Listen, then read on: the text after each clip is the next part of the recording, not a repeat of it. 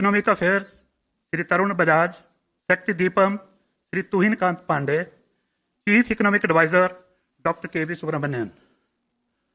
First, the Finance Minister will make her opening remarks, then we will take some questions from you, friends. Ma'am, over to you, please. Thank you. Good afternoon.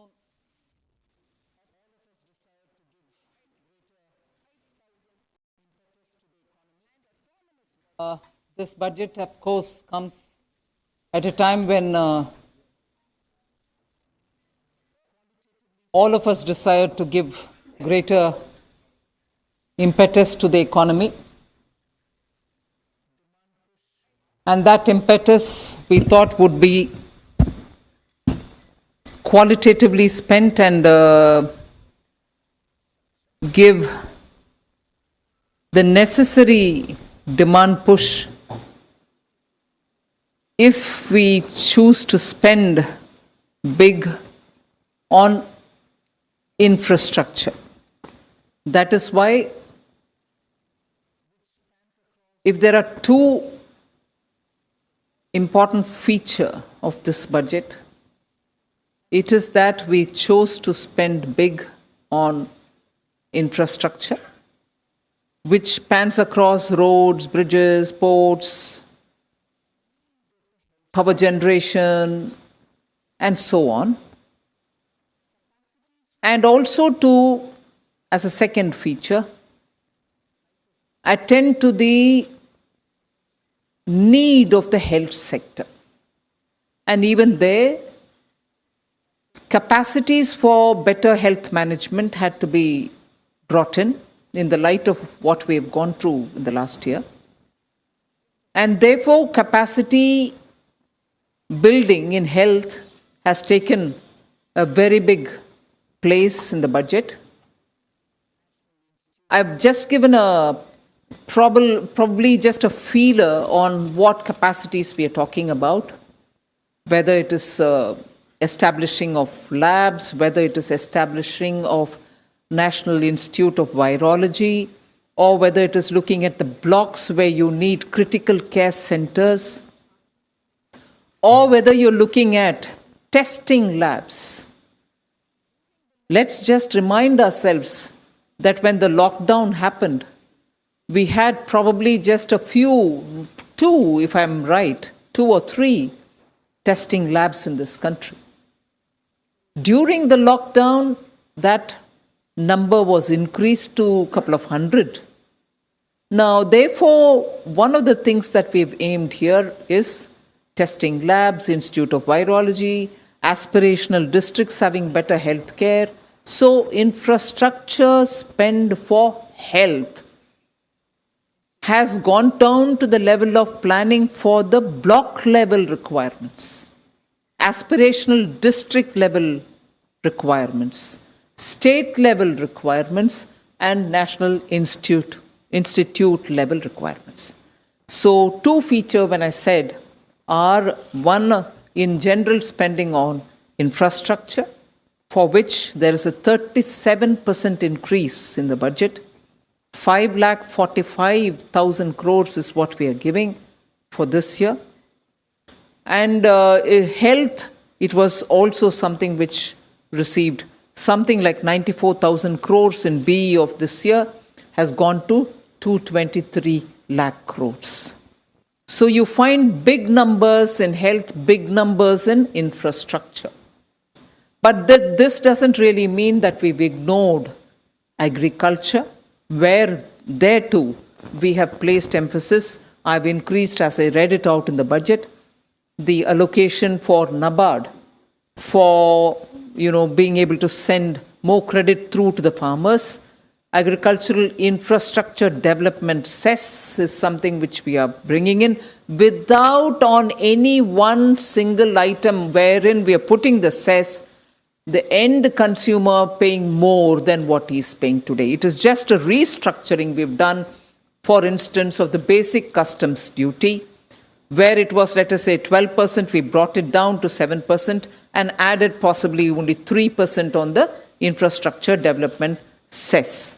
End of the day, the consumer has ended up paying that much only or less. In no category has he ended up paying more after the agricultural infrastructure development cess. That we have done only because we wanted to be sure that in order to improve agricultural infrastructure, we have a dedicated amount coming out of the budget, rather than that going into the consolidated fund. It might still go, but we know what has got to be used for agricultural infrastructure. So if these are the kinds of things broadly we've done, equally important is the reform that we're bringing in the financial sectors. Disinvestment to continue, LIC to have IPO, insurance sector to have more in terms of opening up for 74% for FDI. These are very clearly steps, progressive steps in financial sector. Other than that, one major cry of all the banks have been the NPAs, for which we have been repeatedly giving capital infusion. In order that the bank books are cleared and cleaned up, we have come with an announcement of a formulation through which the NPAs will be culled out of the bank's books based on some formulation, not any discretion there. It goes to a holding company like structure, which after doing the necessary, sprucing up and also cleaning up and weeding out problems of that particular asset, will be through an open process, attract asset reconstruction companies which can come and bid for those assets. Even at that stage, after some haircut, obviously, banks will get some money back to those NPAs, for which they only kept provisioning for the NPA, but didn't have the wherewithal to dispose them off legitimately. So we are giving that comfort to the banks. And also for funding the infrastructural requirements, a development finance institution is being brought in.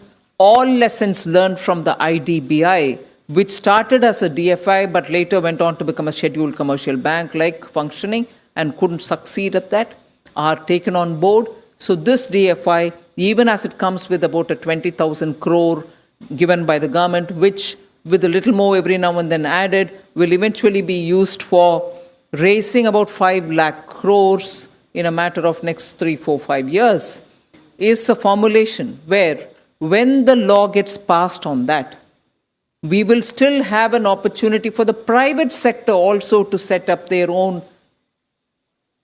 development finance institution. So this country is not going to be, the needs of this country are such that just one development financial institution which is set up by the government will be adequately meeting up with the demand requirements. No, and therefore we see a future for a DFI which is partly funded by the government and raises capital from the market, is also competing with private sector DFIs. Largely this much. But very quickly, I'll move over to talking about how we have not lost the opportunity to clean up government's own books. I had started it in July 2019-20, continued it in February 20, and even now we have made accounts more transparent. Nothing is pushed under the carpet. You're showing clearly where's the money going. Money given to FCI is also brought on board. So accounting of government expenditure and revenue statements are all now lots more transparent and open, and absolutely upfront stated the fiscal deficit, where everybody was advising, and rightly because everyone had concern that the economy should revive, advising us, please spend more. We not only ensured that the capital expenditure of the government was repeatedly reviewed and spending was encouraged and pushed, we ensured that the spending will not get delayed, and that is why even though we announced one capital expenditure amount during the BE, even that has gone up, that in the RE I had to make additional provisions for it. With that in mind, we have also increased the spending in the forthcoming year. As a result, borrowing increased. Our fiscal deficit, which started at 3.5 during February 2020, has gone to 9.5% of the GDP. So we have spent, and we have spent. Otherwise, your fiscal deficit wouldn't have reached this number. But does that mean that we are going to show it and forget it? We've also given a clear glide path for deficit management and bringing it down. The Finance Commission has also been suggesting that we should be giving a glide path. We've given our glide path, I think, which broadly explains where we are, broadly gives you a broad picture. Specific items are also there about which we can expand, but I suppose in response to your questions. Thank you. Thank you, ma'am. 6.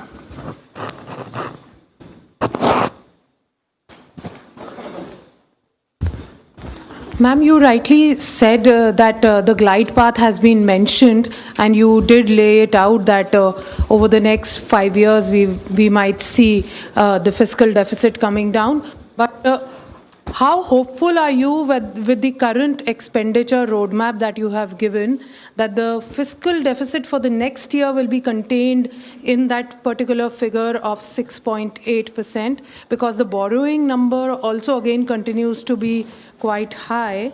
And what gives you confidence in terms of job creation?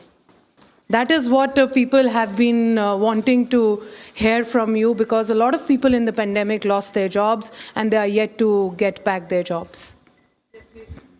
Haven't we announced an incentive scheme for people to join back and people to take their jobs back, for employers to take employees who were thrown out, to bring them back and have some money paid from the government for their EPFO and so on? So we have worked out a scheme, and that scheme will run for the course of I think till about next year, June. We've allowed people to get all those people who they threw out of their jobs to be back in the job, for whom we will pay the EPFO for 2 years. So we have given an incentive for people to take them back. That's the next question. I think let the next question be moved to the next person. 31. Lakshman बोल रहा हूँ CNB. 1 minute. You asked a question on the deficit, whether we will be able to contain ourselves in 6.8% or not. If you notice our revenue figures for this time, the revenue figures, if anything, are understated and not overstated. Because otherwise, by this time, all of you would have been coming out and telling us that we won't be able to achieve. So we have taken our nominal GDP 14.4% and the revenues at 16.7%. So the buoyancy is only 1.16%. We are hopeful that we will be able to get more than this and also achieve more in the other areas of non-tax revenue and the disinvestment. And we will definitely be within 6.8 and could be lower also. Just to add on the job creation, the significant increase in outlay for infrastructure that ma'am has done will also have a sharp impact on job creation, especially in the informal sector, because construction activity actually creates both positive and negative, spillovers, basic linkages, and thereby job creation in the informal sector. Ma'am है कि से पहले ये के साबित से ज़्यादा demand पैदा की आम लोगों से जो सेविंग हुए करने के में ऐसे ये डिमांड पैदा कर सकती है आपके हिसाब से, क्योंकि जो इंफ्रा पे खर्च करने की बात है या दूसरी चीज़ें उसमें लॉन्ग टर्म डिमांड आएगी, लेकिन इमीडिएट डिमांड है उसके लिए आपके हिसाब से कौन से प्रावधान किए गए? No, that's not true. Infrastructure project may take long time to complete, but the demand creation will happen immediately, because as the work starts happening in the ground, people are going to get wages, orders are going to be booked for core commodities, for building of those assets. So demand generation happens immediately. The project completion may happen later. Number 10.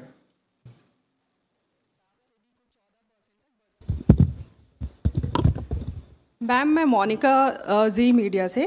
Ma'am, मेरा सवाल है कि Covid और lockdown की वजह से बैंकों में काफ़ी एनपीए बढ़ा और आरबीआई की रिपोर्ट के हिसाब से भी कुछ 14% तक बढ़ सकता है इस साल सितंबर तक। तो ये जो 20,000 करोड़ रुपए की जो राशि जो बैंकों के लिए आपने जो अनाउंस की है, क्या ये पर्याप्त है उनको रिकैपिटलाइज करने के लिए? साथ ही ये जो 9.5% जो फिस्कल डेफिसिट है जीडीपी का, इसका इकोनॉमिक ग्रोथ और इकोनॉमिक स्टेबिलिटी पर क्या असर रहेगा? इसका असर अच्छा ही रहेगा, क्योंकि इसका मतलब है खर्च कर रहे हैं सरकार। इसके कारण एफडी फिस्कल डेफिसिट इतना तक पहुंचा है। जब खर्च कर रहे हैं और क्वालिटेटिवली अच्छा खर्च कर रहे हैं, उससे एम्प्लॉयमेंट बढ़ेगा। असर यही है। एम्प्लॉयमेंट बढ़ने में हर एक आदमी का हाथ में और पैसा होगा, जिससे डिमांड बढ़ेगी। So the virtuous cycle gets built. और मैम ये जो बैंक रिकैप के लिए जो Monica, 20,000 no, Monica, this is 30. 20,000, let them absorb it first. We'll see as it goes. They are our banks. 33.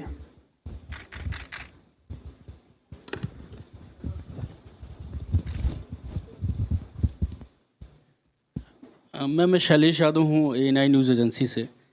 Ma'am, custom duty जो है gold पे एक तरफ तो आपने जो है कम करी है, 7.5% कर दिया उसको, और लेकिन सेस उस पर बढ़ा दिया है। तो इसका कितना इम्पैक्ट जो है गोल्ड और सिल्वर पर पड़ेगा? दूसरा मैम, एक अल्कोहल पे है कि वो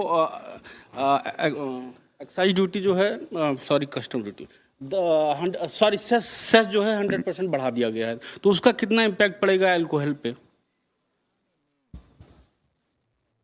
फर्स्ट ऑफ ऑल, मैंने जैसे शुरुआत में कही, कस्टम ड्यूटी का रिडक्शन करने के बाद सेस को उसके ऊपर लगाने में पूरे कस्टम ड्यूटी के गिरावट जो हुआ वो भरपाई करने के लिए सेस नहीं किया, उसको कम किया।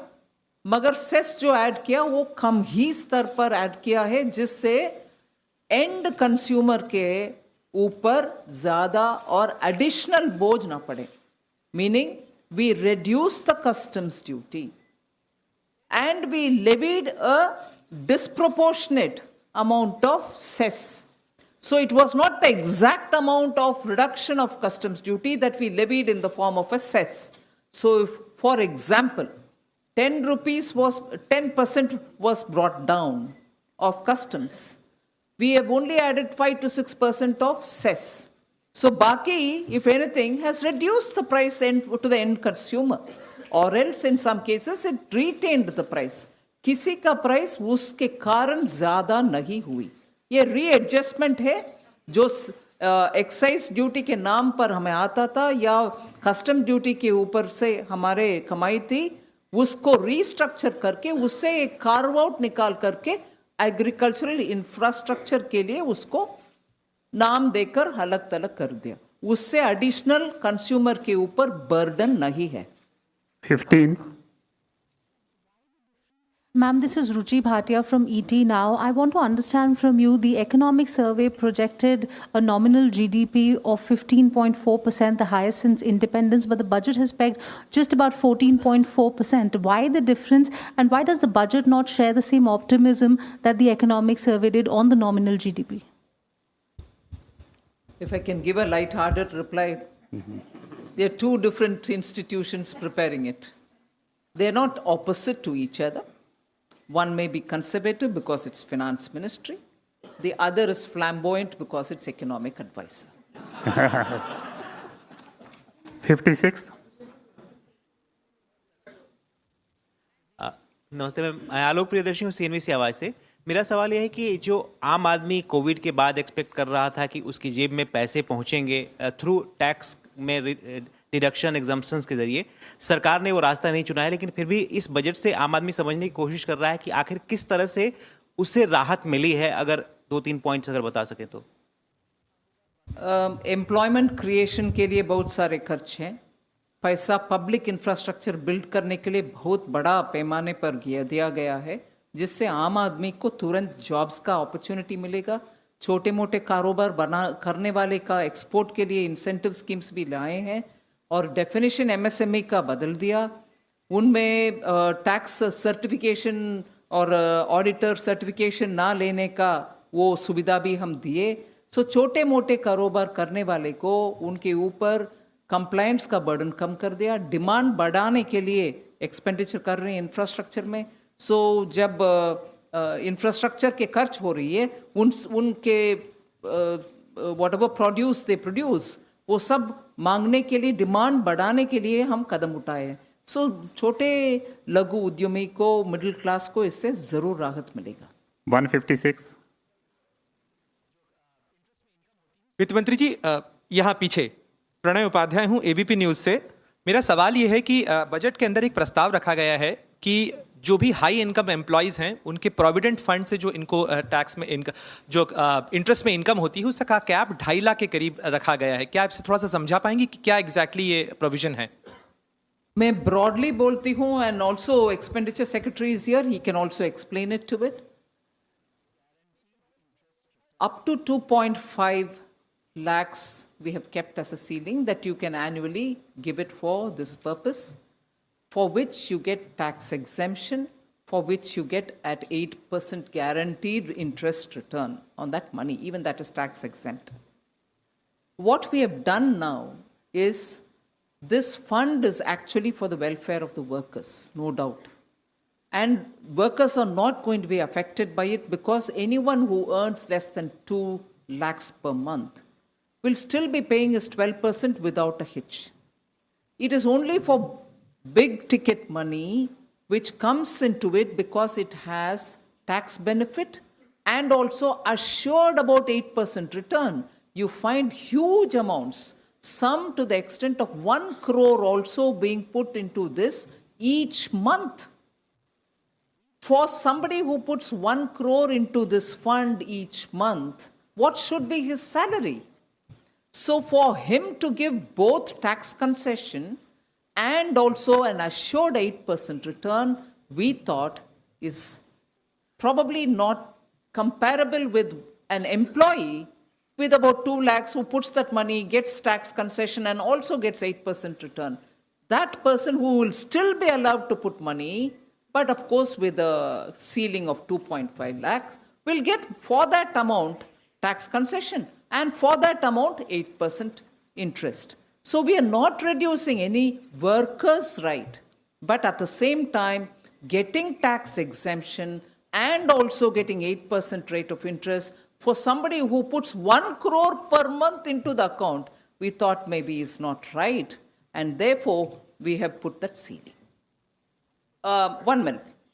Somnathan, would you want to explain something more to it? No, I'll just add 2 statistics. The number of people who actually contribute more than the sum that we have indicated is less than 1% of the total number of contributors in the EPFO. So the people it affects is actually those who are not workers by any stretch of imagination but are using the EPFO, which they were entitled to do, but they are a very, very small fraction of the total number of contributors. 264. Ma'am, this side. This is Abhishek from Republic TV. Ma'am, you made a very interesting mention of a portal for gig economy. I think this is the first time this was found mentioned. Like, what kind of social security measures are we expecting for gig economy, contractual workers, laborers? Because post-COVID, I think the numbers must have swelled.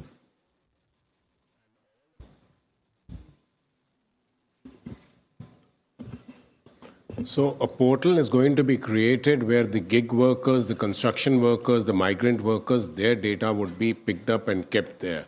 And all the schemes relating to health, education, even the ones that we were trying to do during the COVID times would actually flow from there. So basically, this is an attempt. We have a lot of data available with us for various segments of the society. This is one data we thought we should have because people come and go, and we saw during the COVID times that we actually needed that. So it is for that reason. And the codes that have come up actually will provide benefits to these gig workers. The contributions will come from their employers, and they would also be entitled to the benefits of Social Security as much as is available to the labor today. 22. Hi, ma'am. Somesh Jha from Bloomberg Quint. I would like to read out an extract from the Finance Commission report to seek a clarity. It says that keeping in view the strategic requirement for national defense, we have recalibrated the relative share of union and states in gross revenue receipt by reducing our grants component by 1%. So does it mean that the devolution to states is actually 41% and not 42%? And second, you've said that in the Finance Commission, you have accepted the glide path in terms of fiscal deficit. They have said that the fiscal deficit target they have recommended to be at 4% for FY26, and I think we have targeted it at 4.5%. So Please brief. So it's different from the one which is. Have Somanathan answer some of the questions as much as DEA, but then the coming down to 41% has nothing to do with defense. It came down to 41% even last time when J&K was formed, and when a state became a union territory, the funding of that state or that union territory will be with the center and not with the state itself, which is a union territory now. So the 42 was brought down to 41. And to that extent, because it was recognized as a union territory, the center has been given the responsibility to fund it. So 41 has nothing to do with defense funding.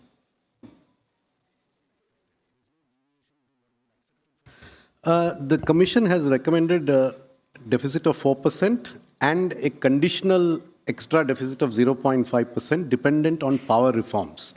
So that is exactly what has been accepted. There's no deviation between what has been accepted for the states and what has been recommended for the Commission, by the Commission for 21-22. 80. Ma'am, this is Mukesh Kaushik from Dainik Bhaskar. Ma'am, at a time when country is facing huge military challenge at eastern border, armed forces were expecting a substantial hike in their budget, which is not reflected in this budget. How can we counter a country like China, whose defense budget is close to $200 billion, 5 times higher than us? I will give you the exact figures as to what has been given for defense. Defense expenditure, in the sense, in the last 3 years, has been accommodated. A lot of powers have been delegated to the vice chiefs, who can take instant call on revenue, and some capital expenditure accounts were also, the power were also given to them to expend as is required by the situation. So for defense, we have not really undermined any of that. And one other thing was accepting in principle the suggestion that non-lapsable fund should be provided for defense, which was one of the recommendations given by the Finance Commission. In principle, we've accepted that, but what formulation that will take will be different. That is something which the ministries will have to work out as and when they will want to work out. But specifics, Tarun, would you want to give? And Somnathan wants to. So, I would point your attention to the fact that defense consists of 3 components. There is a revenue component, which is predominantly salaries, fuel, etc. Then there is a pension component, and then there is a capital component. The most significant component to your question is the capital component. The budget allocation in 2020-21 was 1,13,734. It has gone up to 1,35,060, which is an increase of close to 20%, which is a substantial increase. 116. Madam नमस्ते, मेरा नाम अतुल अग्रवाल है। मैं हिंदी खबर news channel का संपादक हूँ। हम लगातार बात करते हैं किसान की, हम बात करते हैं जवान की, हम जय जवान जय किसान कहते हैं। आपने कहा सरकार खर्च कर रही है। सरकार इसलिए खर्च कर रही है कि सरकार को टैक्स के तौर पे एक रकम मिलती है जिसको सरकार जनहित में खर्च करती है। हम अन्नदाता की बात करते हैं, हम करदाताओं के मोटिवेशन के लिए हमने इस बजट में क्या है, करदाताओं के मोटिवेशन के लिए इस बजट में क्या है, वो हम जानना चाहते हैं। करदाता के ऊपर जो प्रेशर था कि क्या डिस्क्रिशन के वजह से उनके ऊपर दबाव आएगा, क्या टैक्स टेररिज्म की बात करते थे 2 साल पहले तक, उन सभी विषयों में by bringing in faceless assessment, faceless appeals, direct taxation में भी, इनडायरेक्ट में भी धीरे धीरे से ले आ रहे हैं। करदाता के ऊपर रॉन्ग डिस्क्रिशन बेस्ड प्रेशर नहीं होना चाहिए, वो एक विषय है। दूसरा, 6 साल तक आपके अकाउंट ओपन करेंगे, ऐसे एक सुविधा टैक्स अथॉरिटीज को था, उसको हम कम करते हुए we said within 3 years you open और do whatever but close the whole thing, जिससे करदाता के ऊपर जो अनसर्टनिटी था, पता नहीं कब खुलेगा मेरा अकाउंट, उसके पीछे क्या इंटेंशन होगा, that uncertainty has been removed. So nobody's account will be opened after 3 years. However, 10 साल तक ओपन कर सकते थे अगर आपके ऊपर सर्च हुआ या कुछ हुआ, उसको भी हम बोल रहे हैं कि only in cases where 50 lakh से ज्यादा आपका अनडिस्क्लोज्ड इनकम था, फिर 10 साल तक ओपन करने का पॉसिबिलिटी है, and that too when it is opened with the permission of the principal commissioner of tax. ये सब नहीं, 1 minute, you have not even heard how it's going to be implemented. Motivation के बारे में आप जजमेंट कर दीजिए. आप प्लीज एक्सप्लेन करिए हाउ मोटिवेशन कहाँ मिसिंग है जी. अभी ये घोषणा हुआ policy. We go to the next 14. Ma'am, very good afternoon. Sapna Das here from CNBC TV 18. Ma'am, a quick one on disinvestment, ma'am. You have said in your budget speech somewhere that basically a bare minimum presence will be required as far as the strategic sectors are concerned. You already listed those. What does it indicate? And also, ma'am, this 1.75 lakh crore number that you've set out for FY22, it's lower than 210 of last year. Does it include your the new announcements that you've made for the banks and the insurance company? And one quick one, ma'am, also on this bad bank, you're not calling it bad bank, but you're saying like, a new ARC, we should pick up the bad loans and dispose it off to AIF. So what is that you have envisaged then? Any amendments that may be required down the line, ma'am? Thank you very much.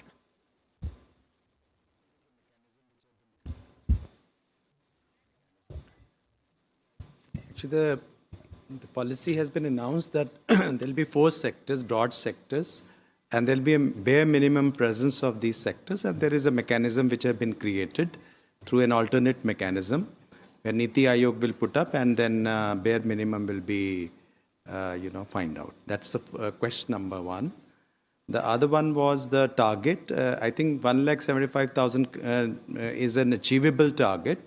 The pipeline has been created, and that pipeline will keep on being created. And a new policy will also create new pipeline, and that will carry on because this program, which is there for 3 to 4 years of this, there are several companies which will actually be disinvested, and it will be a rolling program.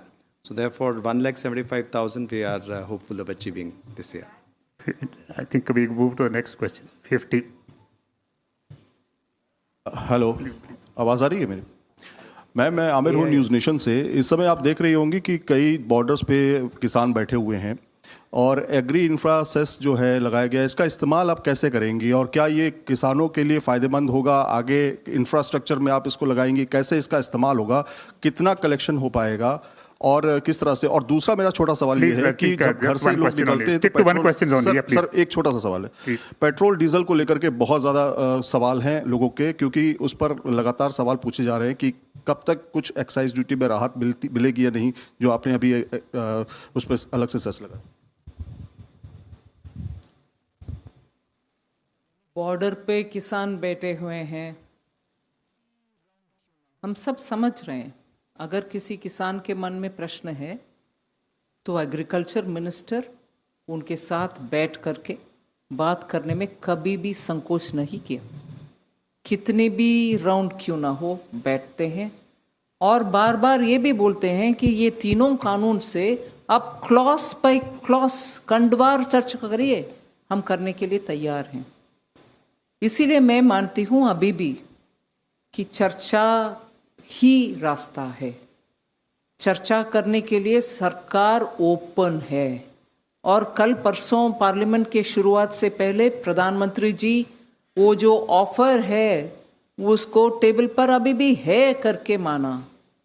इसीलिए मैं मानती हूं किसान जिनको भी मन में कुछ प्रश्न है, संकोच है और डाउट्स है, वो जरूर बात करने के लिए आगे आए, सरकार से बात करें.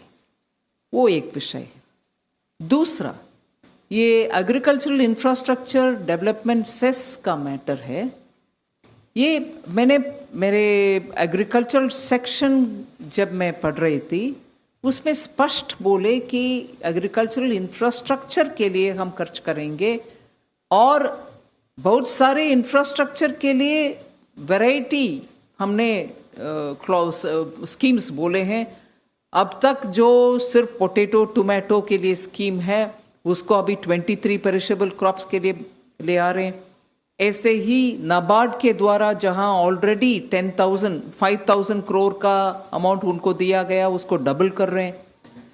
एग्रीकल्चरल इंफ्रास्ट्रक्चर बहुत सारे आयाम मतलब फेसेस में करते हैं, बहुत सारे रूपरेखा में आता है। मैं ये भी बोली हूं कि एपीएमसी का इंफ्रास्ट्रक्चर का भी हम फंड करेंगे। सो एग्रीकल्चरल इंफ्रास्ट्रक्चर फंड का रास्ता बहुत सारे हैं, उन सब के लिए ही ये फंड है। नंबर 9। हाँ, इससे पहले आत्मनिर्भर भारत के समय भी 1 लाख करोड़ का अनाउंसमेंट हुआ एग्रीकल्चरल इंफ्रास्ट्रक्चर के लिए ही। उसके अलावा अभी भी बोल रहे हैं कि इंफ्रास्ट्रक्चर इंप्रूव करने के लिए हम करेंगे। ये नाम भी एग्रीकल्चर के लिए ही है और उसमें अभी और 1000 न्यू मार्केट्स को जोड़ा जाएगा।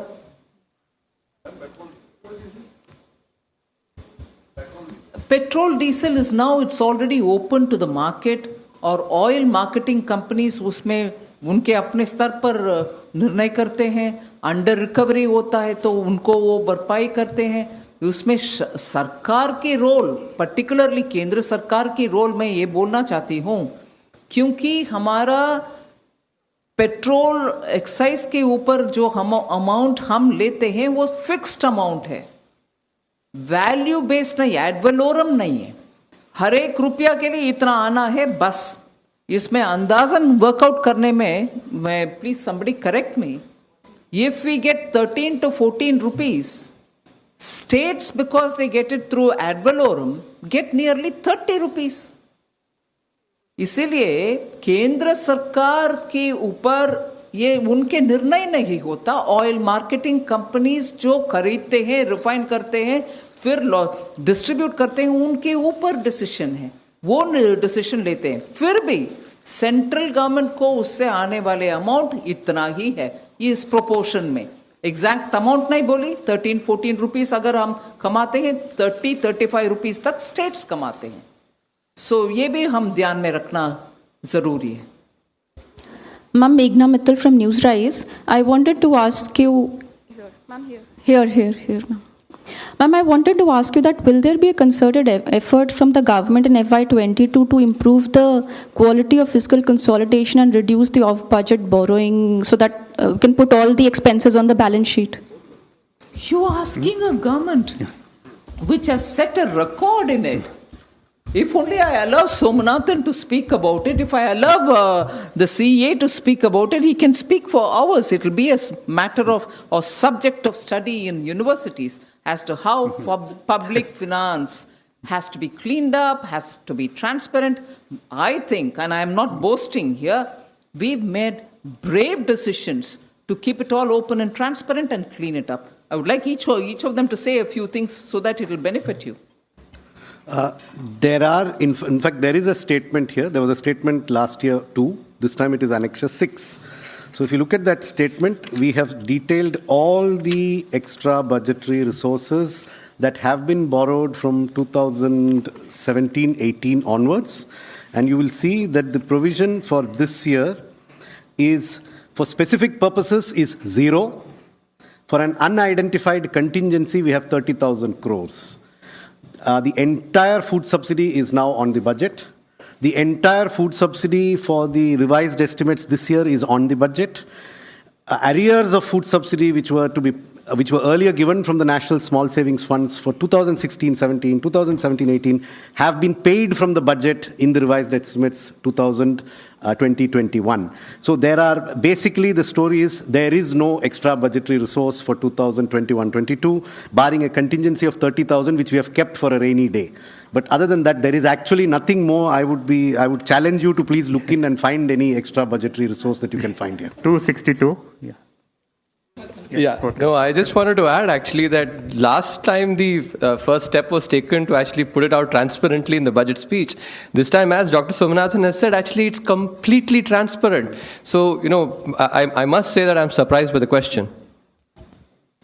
Ma'am, I'd just like to emphasize, I think if it has not been caught up, normally the NSSF was used to fund the subsidy given to the FCI. This time that has also been onboarded in the budget. In the RE also we have brought a major portion of that into the budget, and also for the next year we have got the whole amount into the budget. So that's a big transparent thing. That is what everybody's been asking for, and it's been delivered. Ma'am, this is Krishnanand Tripathi. This side, ma'am. This side. Last year when you presented the budget for this year, you estimated, as per revised estimate, that your fiscal deficit will be 3.8%, some 7.66 lakh crore rupees. And you invoked NK Singh Committee's clause, escape clause. But when we see the actual provisional number, it is 9.34 lakh crore rupees, a jump of 1.68 lakh crore rupees, or some 21%. There is an impression that this 9.5% fiscal deficit number has been artificially kept below 10%. When the finance bill will be passed after a few months, this number of 9.5% will be crossed like 10% as happened last year. How do you respond to this thing, ma'am? Wait a minute, how do you solve this? What? You've created a problem, I'm here to solve it. None of that is right, but you'll hear the story, don't worry. I'm quite amazed at your question, that you are imputing motives to our numbers here. The numbers have never been, they have been very transparent this time, and let me assure you that they will be 9.5. It could go to 9.45. It will not go beyond that. I think it's enough. I think it has been answered now. Yeah. No, last year's number, let me... Wait a minute, you'll hear more of us speaking on it, don't worry. You will have complete clarity before you leave. Last year's number went up for two reasons. One, the month of March was fully affected by COVID. That was the peak month of tax collection, and before the end of March, before taxes became due, the Government of India extended the dates for payment of both direct and indirect taxes. So a considerable amount of revenue, which was expected to come in the previous fiscal year, did not come by design, because it was extended, because it was COVID. In the Garib Kalyan package, dates were extended, number one. Number two, the finance minister had announced in her budget speech that we would make the corrections necessary to pay the amounts that were said to be due to the states under the GST compensation. These are the two reasons why the number went up in 2021, to make up for the compensation to the states, which was paid from the amounts of 2019-20, and secondly, because of the unexpected revenue shortfall in the month of March. There was no intentional under-projection of the deficit. Both were events which happened. Ma'am, I would also want to add, just on the projections itself. इतने सारे लोग एक ही मत से बात कर रहे हैं. आप उसको भी notice करिए. Secretary Economic Affairs had mentioned about the fact, and ma'am also mentioned, that the economic survey's projection for GDP growth was actually a little higher than that of the budget. Also, one critical point to note here is 2.5% of GDP, Madam has allocated for infrastructure spending. The fiscal multipliers on infrastructure in the year in which it happens is 2.5 times. If the government spends 1 rupee, 2.5 rupee comes in that year. So just multiply 2.5 by 2.5%. Of the 11%, about 6.25% can come just from infrastructure. I think you can actually from there project actually how conservative the estimation is, not just for this year and for next year as well. I think there's been complete transparency in the way actually the projections have been made, and something that I actually, as an independent economist, I'm really happy about. 20.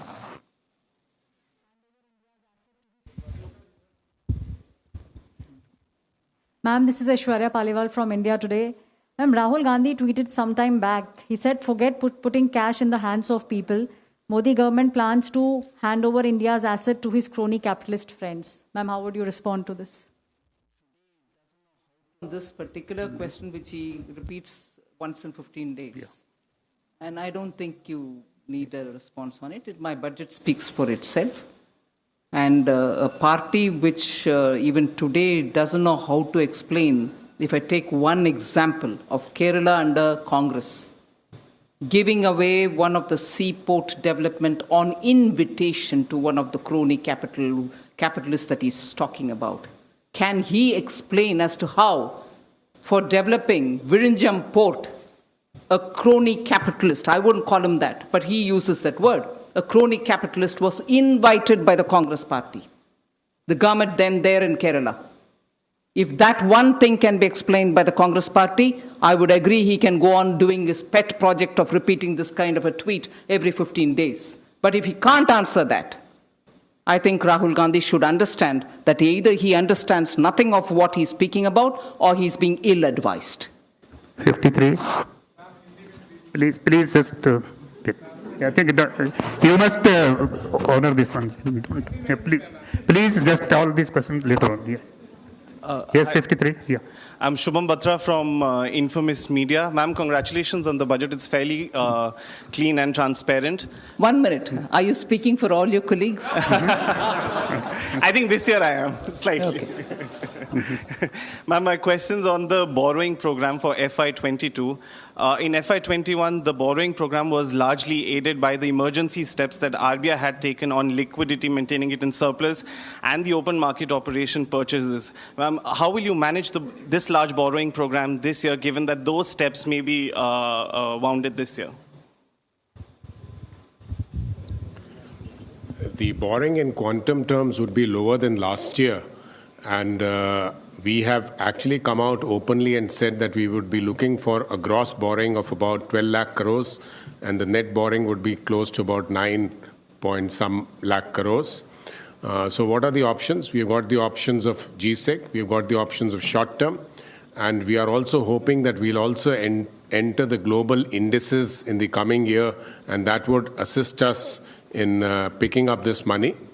I may also add here that when we do this, when we announce this, we are always in touch with the central bank, and I have a complete assurance that we would be able to raise this money and raise this money at a reasonable rate.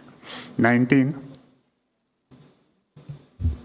Ma'am, I just want to know from you about the GDP projection for this coming next year. Where do you see, we've heard the economic survey, where do you realistically see it going? And last year I asked you this question about long-term capital gains, and you said, let it have one full year, financial year to look at it. You haven't touched it this year. So is it that it's there to permanently to stay?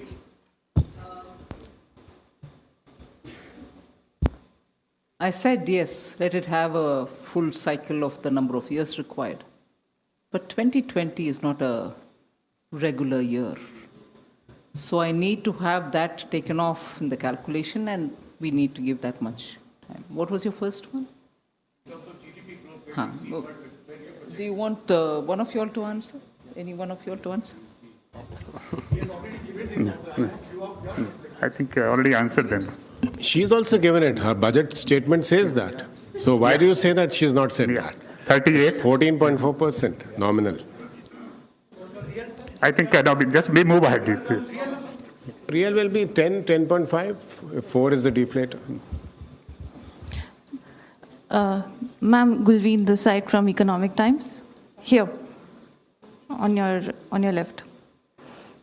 Ma'am, 2 questions. One No, is... only one. The others are there. Yeah, please. Sir, I've got a chance after a long time. Why do you say that only to her? You didn't stop the guys? No.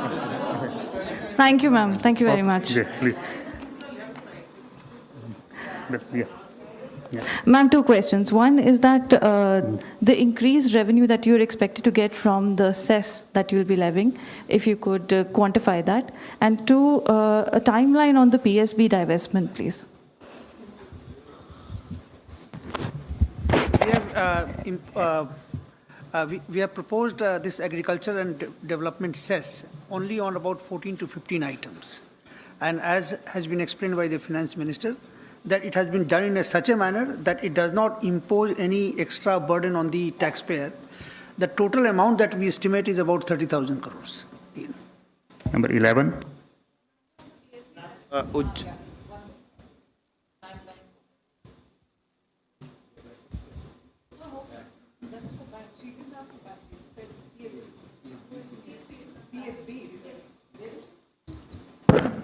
I think from today onwards, we have started work on that. So we'll come to you the moment we are ready. We have to make certain legislative amendments also. So work is already on. Thank you. Ujjwal Narayan from Newsrise, ma'am. This side. Ma'am, you have announced ARC during your speech in the budget speech. So I want everyone want to know what will be the structure of this ARC, how it work, and how it will be different from the ARCs which are still working, which can solve the problem of banking sectors, which is in future, there is suspicion that they have a huge NPA. So with the permission of ma'am, let me first of all tell you that since 2015, you are aware that the asset quality review was undertaken. The NPA at that point of time, the gross NPA was about 14.58%, and the net NPA was 7.97%. Today, on September 20, despite the COVID, we have come down to an all-time low. The gross NPA is only 9.39 and the net NPA 2.85. Why this has happened? Because the provision coverage ratio, which was hovering in the range of 50%, has gone up to 85%. So, in a way, if you look at the public sector banks, they're all cleaned up as far as the balance sheet are concerned. Issue is that a lot of assets, these bad assets, are locked up and they are not able to realize the value. Now, how does this work, this new model which ma'am today announced, is that a ARC AMC, a entity, will be put in place by the public sector banks and also the other lenders in the private space as well. And the first and foremost, the important thing which will happen is the aggregation of assets, which doesn't happen otherwise. Why not the existing ARCs? The existing ARCs, barring 4 or 5 of them, the others are very thinly capitalized and they are unable to deal with assets which are of the size of more than 500 crores, which are complex to be resolved and need a professional setup to go ahead with the resolution. So this model which ma'am announced this morning in the budget will be taken forward. We will need certain dispensation from the regulator. So work is on and you will quickly see that on the ground. Thank you. 39. There may be some government support if required. Otherwise, what ma'am says, the banks will put together the initial capital that is required for setting up the ARC. It will be, in a way, cash neutral. We'll explain the details as we go along. Yeah, good evening, ma'am. Shishir here. Ma'am, can you tell me the name of the 2 banks and 1 general insurance company which are going to be divested? And the second thing is, what will be the share of asset monetization? What will be the sale proceed from the asset monetization in total disinvestment proceed? Thank you, ma'am. If I can tell you now, I would have said it in my speech. Number 6. Yeah. It's there. Ma'am, I'm Nikunj from Business Standard. Going back to the question on PSBs, will ownership norms for holding these banks also be relaxed in consultation with RBI so that this exercise itself of privatizing banks picks up? And secondly, ma'am, in your Atmanirbhar Bharat package, you had announced this privatization policy and it spoke about having at least 4 PSUs in strategic sectors. So maximum number of PSUs was supposed to be 4 in strategic sectors. And now the speech says that there will be a bare minimum. So is that ceiling of 4 PSUs being removed? What would now be the new ceiling? Your clarification. The cabinet has given approval for is the policy. Yeah, I announced, and after that it is sharp focused when it went to the cabinet for approval. So what has been announced today in the budget speech will be the policy approved by the cabinet. Yeah, but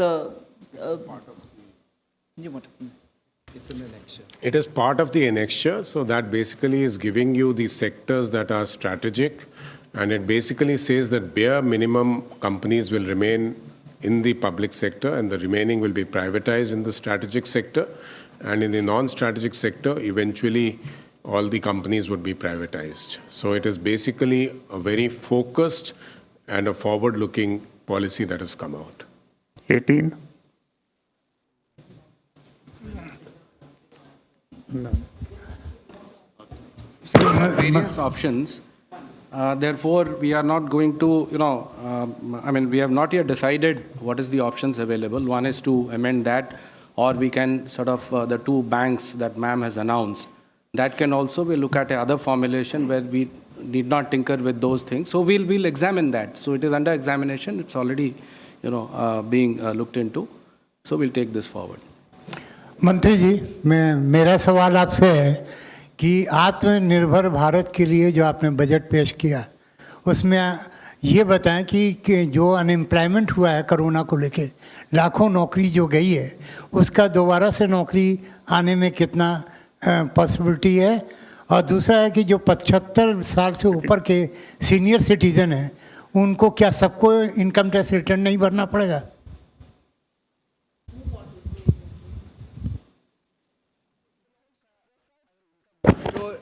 income tax return की जो बात आपने पूछी, जिनका उम्र 75 साल से ज़्यादा है और जिनको सिर्फ पेंशन मिलता है और उनका यदि फिक्स डिपॉजिट उसी बैंक में है और सिर्फ उनको इंटरेस्ट का अगर इनकम होता है, तो उनको इनकम टैक्स रिटर्न भरने की ज़रूरत नहीं है। जितना इनकम टैक्स उनको देना है वो बैंक ही उतना काट करके सरकार को जमा कर देगा। तो इसमें शर्त यही है कि उनको सिर्फ पेंशन मिलना चाहिए और उनका फिक्स डिपॉजिट उसी बैंक में होना चाहिए। अगर उनका कुछ और इनकम है तो फिर अपना वो रिटर्न भरेंगे, क्योंकि उनके लिए वही ज़्यादा ये सहूलियत का होगा। लेकिन कई जो 75 साल से ज़्यादा के उम्र के जो वृद्ध हैं, ज़्यादातर लोगों का सिर्फ पेंशन इनकम होता है, या उसी पेंशन से कुछ पैसा बचता है तो वो फिर वो फिक्स डिपॉजिट में उनका रहता है, उससे उनको इंटरेस्ट मिलता है। उनके लिए हर साल रिटर्न भरना एक काफ़ी एक जटिल काम होता था, तो उसी को सुविधाजनक बनाने के लिए ये व्यवस्था की गई है कि बैंक उनका इनकम टैक्स काट लेगा और उनको इनकम टैक्स भरने की ज़रूरत नहीं पड़ेगी। 38. And Vrishti from Bloomberg News, you mentioned that we have seen few mini budgets last year and now we have a full budget. So do you think all these measures would be enough to bring back the economy on growth path, or more measures might be needed and you would be open to taking those? Because Economic Survey last week mentioned that, sustained and calibrated measures would be needed to go back on the path of high growth trajectory. I think you go by the policy of Dil Mange More. So we had already, as Madam had mentioned in her budget speech also, we came up with 5 kind of mini budgets, and there are huge announcements. For example, Agriculture Infrastructure Fund, the ECLGS, which is supporting the MSME sector. And this has been followed with a very visionary, I would say, a budget given by the Honorable Finance Minister. So I think this itself will bring us a path, and we have also given you a path that we are going to follow in the next 3 or 4 years, and these policies would actually keep rolling out, and I'm sure we'll be back to our growth days very soon. Last question, 42. Manoj Kumar from Reuters News Agency. So, sorry. Hello. So just we want to know, like, so what, in your Please view, put on this mic. Hello. Sorry. So what will be the impact of the overall budget on the inflation, and how much support we are expecting from the RBI in dividend for the next year? Thank you. Please, just this is not the way. Just wait. This photographers are also asking the question. Just please wait. This question has been asked. We will give you the opportunity next one. Yeah.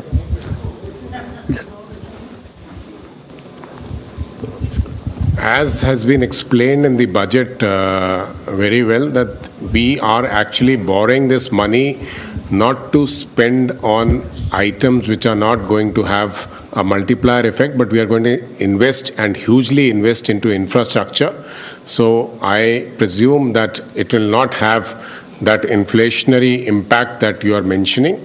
So we have taken that into account. And what was the second question?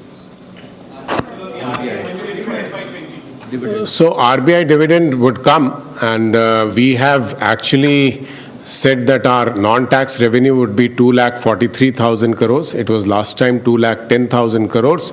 So you can also presume that it is not something that we have actually inflated the number that we are going to get from them. We will definitely achieve this 2.43 lakh crores of non-tax revenue.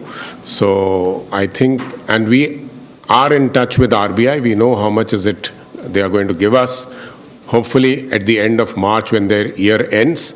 But it's not something to be disclosed to the people at the moment. Yes, madam, now you can ask your question. Please use the mic here. Madam, we are a photographer. In Corona lockdown time, so many photographers, not only other sector also lost the job. And they are all on the road. And it is more 40 to 55 years old these days. And how you can help them, how your budget can help for them. I think this is being addressed in the Ministry of I&B. Actually, I&B Ministry is taking care, but still the Ministry of Finance officers, yeah.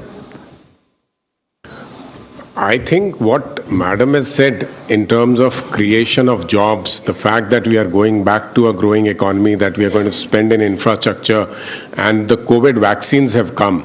So once the COVID vaccines have come, the people are going to actually go for tourism with a vengeance. And I think the photographers, not the photographers, so they will get all the jobs back. No. Even otherwise, I think that scheme about which I spoke, if your employers want to take you back, the government is coming up with paying your PF for next 2 years, your monthly installments which you have to pay. The employer doesn't have to pay. So it is your employer who should benefit and utilize the scheme which has been put up by the government to take you back onto the jobs. The government has extended itself. Yeah? I would like to thank the Finance Minister, MOS Finance, and the senior officers from the Ministry of Finance. Thank you very much, friends. Thank you.